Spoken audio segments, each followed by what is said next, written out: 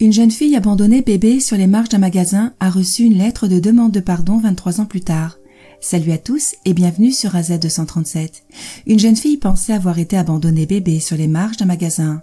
Elle comprit que sa situation était bien plus difficile après avoir reçu une lettre de son père biologique lui demandant pardon. Les parents abandonnent leur enfant pour diverses raisons. La plupart du temps, il s'agit d'un manque de ressources et d'un désir d'offrir à l'enfant une vie meilleure que la leur.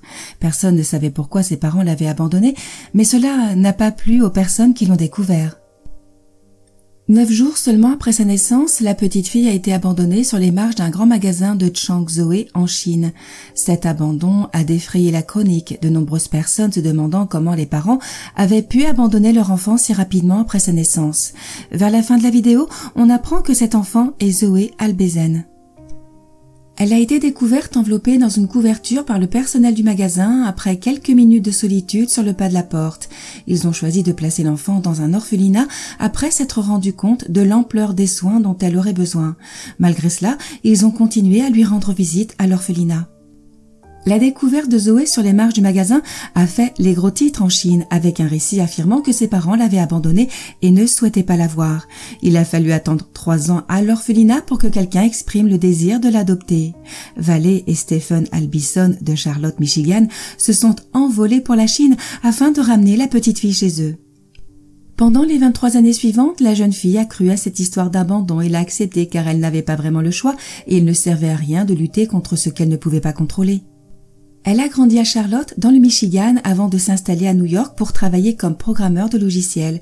Valerie et Stephen, ses parents adoptifs, l'ont élevée dans un foyer aimant avec ses 3 frères et sœurs, également adoptés en Chine et en Corée. Bien que Zoé n'ait jamais cherché à connaître ses parents biologiques, elle a grandi dans une ville où ses sœurs et elle étaient souvent les seules asiatiques, ce qui l'amenait à se poser de nombreuses questions sur ses origines, mais elle ne trouvait pas de réponse et elle était très confuse. C'est en étudiant à l'université du Michigan qu'elle a découvert qu'il y avait beaucoup d'autres personnes comme elle et qu'elle était comme tout le monde. Elle a rencontré de nombreux étudiants chinois qui retournaient fréquemment dans leur pays d'origine. Sachant cela, elle a planifié un voyage pour renouer avec ses racines, même si cela signifiait retourner dans le grand magasin où ses parents biologiques l'avaient abandonnée. Elle ne se doutait pas que ce voyage aurait lieu plus tôt que prévu. Elle a reçu de lettres de personnes qu'elle n'avait jamais rencontrées auparavant, mais qui allaient bientôt transformer son point de vue sur son passé. Les lettres prétendaient provenir de Cheng Xinjiang et de Wang Xiumei, les parents biologiques de Zoé. C'était totalement inattendu et cela tombait à point nommé puisque la question de la recherche de ses racines lui traversait l'esprit bien qu'elle avait des raisons de se méfier. Ils lui ont dit qu'ils avaient cherché Zoé pendant les 20 dernières années et qu'ils avaient maintenant trouvé un moyen de la contacter. Cela n'a pas été facile pour eux d'essayer de la localiser, mais ils étaient si heureux de pouvoir entrer en contact avec elle. Zoé a d'abord douté de leur récit ou de leur identité, mais les lettres ont fourni des faits que personne d'autre n'aurait pu connaître. Il a été prouvé sans l'ombre d'un doute qu'elle avait trouvé ce qu'elle cherchait ou qu'il l'avait trouvé. Elle ne savait pas du tout quoi penser de cette nouvelle découverte. Elle n'avait jamais rencontré ses vrais parents et n'avait aucune idée du genre de personnes qu'ils étaient ou de ce à quoi ils ressemblaient. Le plus difficile avait été de les trouver et maintenant il était temps de savoir qui ils étaient. Dans sa lettre, Cheng Xinjiang raconte comment lui et sa femme ont observé Zoé pendant 3 ans alors qu'elle était à l'orphelinat. Il leur était très difficile de savoir qu'ils ne reverraient peut-être jamais leur fille et qu'elle ne comprendrait peut-être jamais pourquoi ils avaient fait ce qu'ils ont fait. Ils n'avaient pas le choix, mais c'était la seule chose la plus difficile qu'ils n'aient jamais eu à faire. Lorsqu'elle a dû quitter la ville, sa mère biologique est restée pour garder un œil sur elle, espérant qu'elle reviendrait un jour. Cheng Xinjiang a également demandé pardon à sa fille pour l'avoir abandonnée il y a 20 ans. Il a reconnu qu'aucune excuse ne pourrait justifier ce qu'ils ont fait, mais il a imploré Zoé de leur pardonner. Il s'est adressé à elle par le nom qu'il lui avait donné, Long Chen. La lettre a également révélé la douleur et les regrets du couple au fil des ans.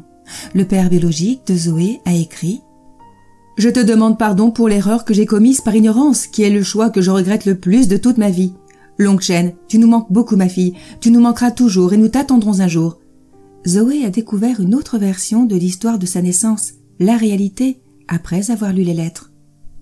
Des membres du gouvernement chinois avaient rendu visite aux parents de Zoé le jour où elle avait été déposée devant le grand magasin.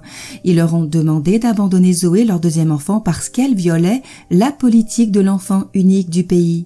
Les fonctionnaires du gouvernement ne les autorisaient à la garder que s'ils payaient une énorme amende, ce qu'ils ne pouvaient pas se permettre.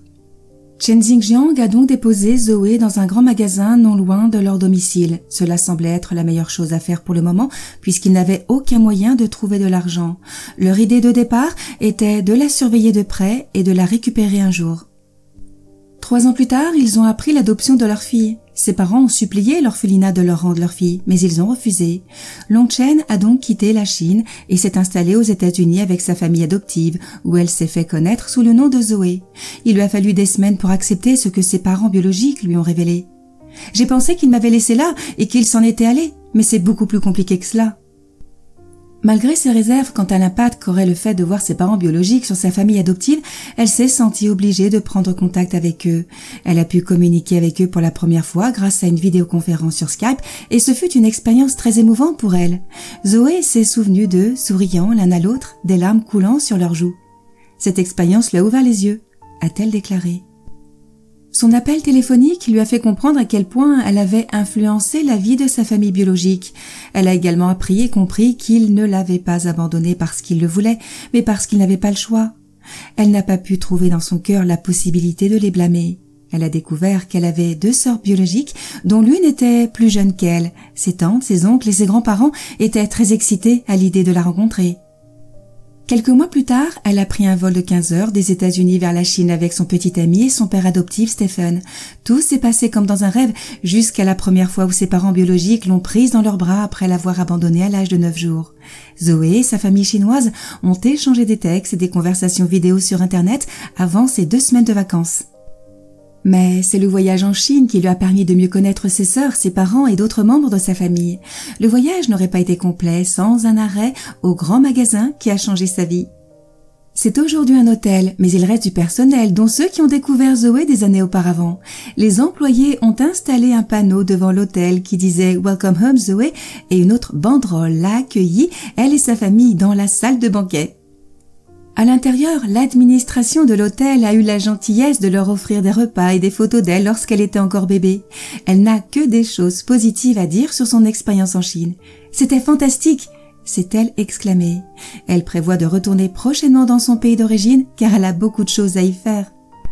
Toutefois, sa principale préoccupation à l'heure actuelle est sa famille. Elle n'abandonnera pas ses parents adoptifs parce qu'elle a retrouvé ses parents biologiques. Ils l'ont élevée avec tant d'amour qu'elle serait ingrate si elle décidait de les abandonner.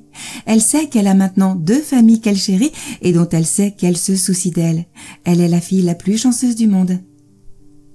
Quelle est votre opinion au sujet de cette histoire? Dites-le nous dans les commentaires.